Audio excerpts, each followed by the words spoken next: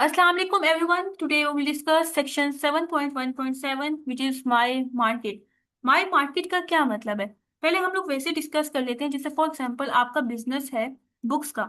आप book cell करते हो और फिर आपकी मार्केट कौन होगी? आपकी मार्केट स्टूडेंट होगी। ठीक है।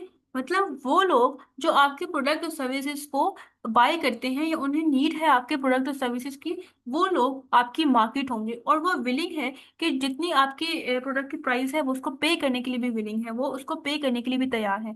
वो आपकी मार्केट है। ओके, हम लोग इसके डेफिनेशन पढ़ लेते हैं। A market is the group of people who need a product और services and are willing to pay for it. ठीक है। अब मार्केट वो लोगों का ग्रुप होता है जिन्हें आपकी प्रोडक्ट और सर्विसेज की जरूरत है और वो विलिंग है उसको पे करने के लिए। अब डिमांड क्या होता है? Demand basically when people need और वांट अ प्रोडक्ट और सर्विसेज।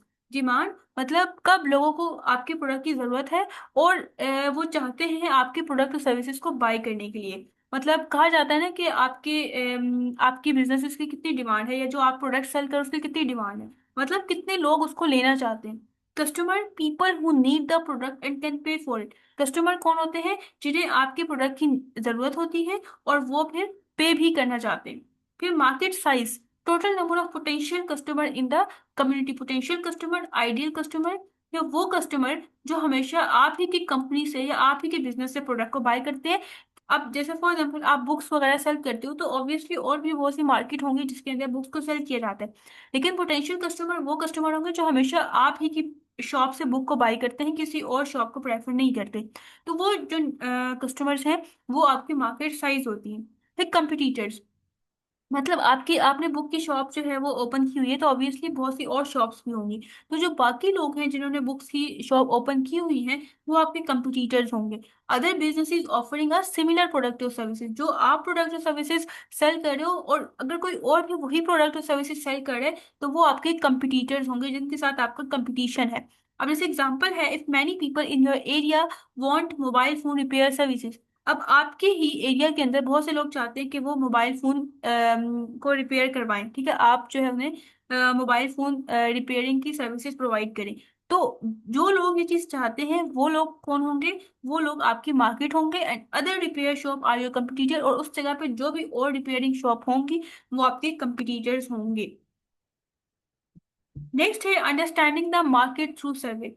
अब आपको किस तरह से मार्केट के बारे में पता चलेगा कि आपकी मार्केट कौन है? ठीक है, वो सर्वे के थ्रू पता चलेगा। Before starting a business, entrepreneur conduct a market survey to understand customer and reduce risk. अब ये नहीं कि आपके माइंड में आइडिया है कि हमने ये बिजनेस स्टार्ट करना है तो आपने ब्लाइंडली वो बिजनेस स्टार्ट कर लिया है, बल्कि पहले आपको प्रॉपर मार्केट रिसर्च करनी पड़ती है, मार्केट सर्वे करना पड़ता है और उसके बाद अपने कस्टमर को अंडरस्टैंड करना होता है कि कौन आपके कस्टमर होंगे, उनकी क्या एज होगी, क्या जो आप प्रोडक्ट सेल कर रहे हो वो विलिंग है उसको पे करने के लिए, क्या वो अफोर्ड कर सकते हैं या नहीं कर सकते, ताकि आप रिस्क को रिड्यूस कर सको। आज survey help answer these important questions. ये जो क्वेश्चंस हैं इनके आंसर आपको सर्वे के थ्रू मिलेंगे। जैसे हु आर माई कस्टमर, मेरे कस्टमर कौन से होंगे? तो आपने टारगेट कस्टमर या जो आइडियल कस्टमर है, पोटेंशियल कस्टमर, आपने उनको आइडेंटिफाई करना है कि उनकी एज क्या है, वो चिल्ड्रन है, यूथ है या एडल्ट है, उनका जेंडर क्या है, इनकम लेवल क्या है उनका। अब जैसे एग्जाम्पल है, स्कूल बैग का बिजनेस स्टार्ट करो तो आपके आपके कस्टमर्स कौन होंगे? स्टूडेंट होंगे। या अगर आप कोई ब्यूटी प्रोडक्ट का बिजनेस स्टार्ट कर रहे हो तो आपके कस्टमर कौन होंगे? मोस्टली वुमेन होंगी। अब नेक्स्ट क्वेश्चन है, व्हाई डू दे लाइक और डिसलाइक द प्रोडक्ट। मतलब वो क्यों आपके प्रोडक्ट को लाइक कर रहे हैं या डिसलाइक कर रहे हैं, उसके पीछे क्या रीजन है? तो आपने कस्टमर की प्रेफरेंस को अंडरस्टैंड करना है।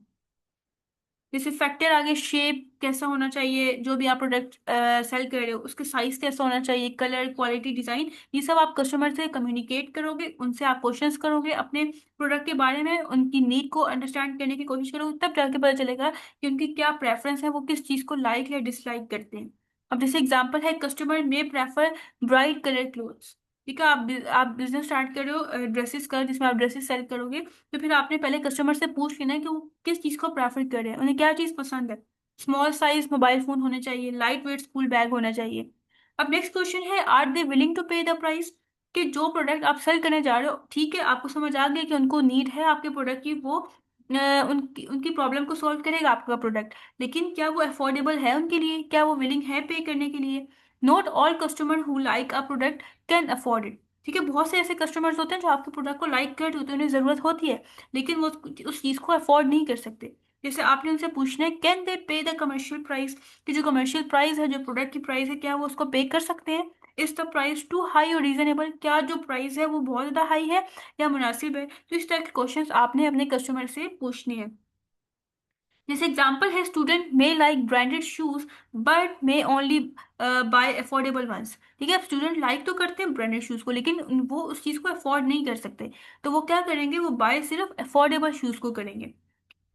नेक्स्ट है, इस द डिमांड रेगुलर और सीजनल, जो भी आप प्रोडक्ट सेल कर रहे हो आपने देखना है कि क्या उस प्रोडक्ट की जो डिमांड है वो रेगुलर है या सीजनल बेसिस पे, मतलब पूरा साल लोग उसको लेते हैं या बस सीजन के अकॉर्डिंग। जैसे आइसक्रीम का बिजनेस है तो ऑब्वियसली वो ज़्यादा समर में वो बिजनेस चलता है। तो ये चीज़ आपने देख लेनी है। Check if the business sustainable, क्या वो सस्टेनेबल है, क्या वो पूरा साल चलता है। जैसे रेगुलर डिमांड है उसकी, पूरा साल लोगों को उस चीज़ की ज़रूरत होती है, जैसे फूड हो गया या मेडिसन। सीजनल डिमांड है, नीडेड एट सर्टन टाइम, मतलब बस कभी कभी उस चीज़ की ज़रूरत होती है। जैसे फैंस है तो वो समर में जैसे उसकी ज़रूरत होगी, स्वेटर्स हैं तो उनकी विंटर में ज़रूरत होगी।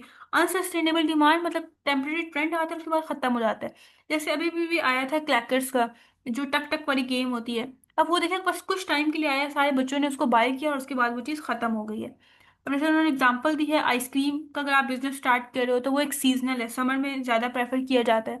फिर ग्रोसरी स्टोर है तो वो पूरा साल जो है वो लोग सौदा वगैरह ले रहे होते हैं। फिर नेक्स्ट है, how much will customer bye, customer कितना बाय कर सकते हैं।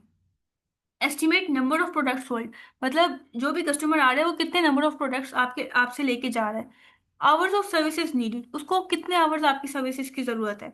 जैसे एग्जांपल है, वन फैमिली में buy 2 to 3 milk packet daily, तो उसके अकॉर्डिंग आपने फिर उन प्रोडक्ट का स्टॉक भी अपनी मार्केट के अंदर रखना है, ताकि शॉर्टेज का जो प्रॉब्लम है वो आपको फेस ना करना पड़े। Where should the product be available, कहाँ पे वो प्रोडक्ट होनी चाहिए, मतलब लोकेशन बहुत मैटर कर रही होती है। जैसे शॉप नियर स्कूल्स, ठीक है, जो स्कूल्स हैं वो शॉप के नज़दीक हो, स्टेशनरी शॉप हो गई, ऑनलाइन प्लेटफॉर्म जैसे क्लोथिंग हो गया, इलेक्ट्रॉनिक्स, तो वो ऑनलाइन भी ये वाले बिजनेस चल जाते हैं। फिर नेक्स्ट आपने देखना है कि आपके कंपटीटर्स कौन है।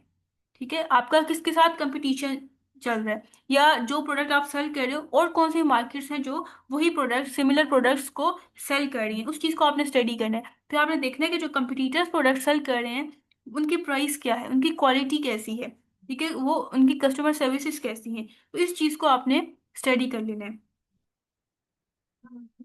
नेक्स्ट हमारे पास है setting my price.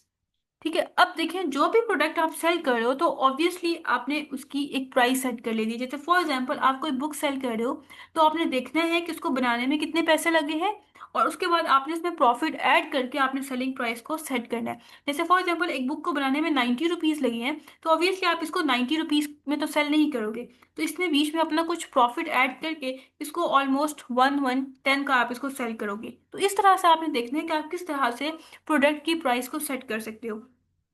Every business set a selling price to earn profit, जितने भी बिजनेसेस होते हैं वो प्राइस, जो सेलिंग प्राइस उसको सेट करते हैं ताकि उन्हें भी प्रॉफिट मिले, उन्हें भी फायदा हो। अब profit is the money earn after covering all cost. अब प्रॉफिट वो मनी है जो आप अर्न करते हो जब आप जो भी आप प्रोडक्ट सेल कर रहे हो उसकी कॉस्ट को कवर करने के बाद। जैसे फॉर एग्जाम्पल बुक को बनाने में 90 रुपीज़ लगे, अब इसके बाद जो एक्स्ट्रा पैसे आप कस्टमर से ले रहे हो वो पैसे आपकी प्रॉफिट में जाएंगे। अब जैसे इसका फॉर्मूला भी है, फॉर्मूले के थ्रू भी आप इसको फाइंड आउट कर सकते हो। जैसे फॉर्मूला है, profit equal to selling price minus cost price. जैसे फॉर एग्जांपल आप बुक जो है वो 120 रुपीज़ की सेल कर रहे हो, जबकि इसको बनाने में 90 रुपीज़ लगे, जब आप इनको माइनस करोगे तो आंसर 30 आएगा। इसका मतलब है कि 30 रुपीज़ आपका प्रॉफिट होगा। A part of the profit is usually reinvested put back into the business to help it grow. जो आप प्रॉफिट अर्न करते हो वो आप क्या करते हो, दोबारा से उस जो आपने प्रॉफिट के पैसे अर्न किए होते हैं वो आप अपने बिजनेस के अंदर री इन्वेस्ट करते हो, दोबारा से लगा देते हो, ताकि जो आपका बिजनेस है उसको ग्रो करने में हेल्प मिले। अब जो प्रॉफिट है वो रीजनेबल होना चाहिए, मतलब एक मुनासिब होना चाहिए, ना तो बहुत हाई होना चाहिए कि कस्टमर रिफ्यूज हो जाए, मना कर दें आपके प्रोडक्ट्स ले ही ना, या बहुत कम भी ना हो कि आपका बिजनेस ही फेल हो जाए, आप प्रॉफिट ही अर्न ना कर सको। तो ये सब चीज़ों को देखते हुए आपने प्रॉफिट की प्राइस को सेट करना होता है। Fixing selling price of the services and product must take into consideration the following, कि जब आप सेलिंग प्राइस सेट कर रहे होते हो अपने सर्विसेज या प्रोडक्ट की, तो आपको ये जो तीन चीजें हैं इनको कंसीडर करना होता है। फर्स्ट वन है कॉस्ट ऑफ प्रोडक्शन, मतलब जो आपने प्रोडक्ट बनाया है उसको बनाने में कितने पैसे लगे हैं। ठीक है, उसकी डेवलपमेंट में कितने पैसे लगे पहले आपने उस चीज को देख लेना। This is the total cost to make a product और सर्विसेज और प्रोवाइड सर्विसेज, मतलब ये टोटल कॉस्ट होती है प्रोडक्ट और सर्विसेज को बनाने में। फिर उसके बाद है overhead. Overhead basically indirect cost होती है जो कि बिजनेस को रन करने में जरूरत होती है। जैसे आपने कोई ना कोई बिल्डिंग तो ऑब्वियसली बाय की होगी, सॉरी रेंट पे ली होगी, तो उसका रेंट आपने हर मंथ पे करना होता है। वो जो कॉस्ट आएगी वो इनडायरेक्ट कॉस्ट है, मतलब एक प्रोडक्ट को बनाने में तो नहीं यूज हो रही, लेकिन ऑब्वियसली आपने अपना बिजनेस स्टार्ट किया हुआ है तो आपको हर मंथ वो पे करना है। फिर इलेक्ट्रिसिटी का बिल आ रहा है, गैस का बिल आ रहा है, वाटर का बिल आ रहा है, ये सारी इनडायरेक्ट कॉस्ट है कि अगर आपकी प्रोडक्ट सेल नहीं भी हो रही तब भी आपको ये देना ही देना है। तो ये वाली जो प्राइस है ये भी आपने अपनी सेलिंग प्राइस के अंदर ऐड करनी होती है। फिर उसके बाद प्रॉफिट आ जाता है। प्रॉफिट बेसिकली रिवॉर्ड होते हैं, आपको रिवॉर्ड मिल रहा होता है क्योंकि आपने रिस्क लिया होता है, आपने एफर्ट पुट की होती है, तो उसके बदले में फिर आपको रिवॉर्ड मिलता है। तो ये जब आप सेलिंग प्राइस, मतलब कोई भी आप प्रोडक्ट सेल कर रहे हो तो उसको सेल करने के लिए, उसके प्राइस को सेट करने के लिए आप इन तीनों चीज़ों को देखोगे। इन तीनों चीज़ों की प्राइस को आप उस सेलिंग प्राइस में ऐड करोगे और उसके बाद आप फिर सेलिंग प्राइस आपके पास आ जाएगी। ओके, नेक्स्ट हमारे पास टॉपिक है, सेक्शन है 7.2। इंशाल्लाह नेक्स्ट लेक्चर में हम इसको कवर करेंगे। आई होप सो आज का लेक्चर आपको समझ आया होगा। इन केस में भी कोई क्यूरी है तो आप कमेंट सेक्शन में पूछ सकते हैं।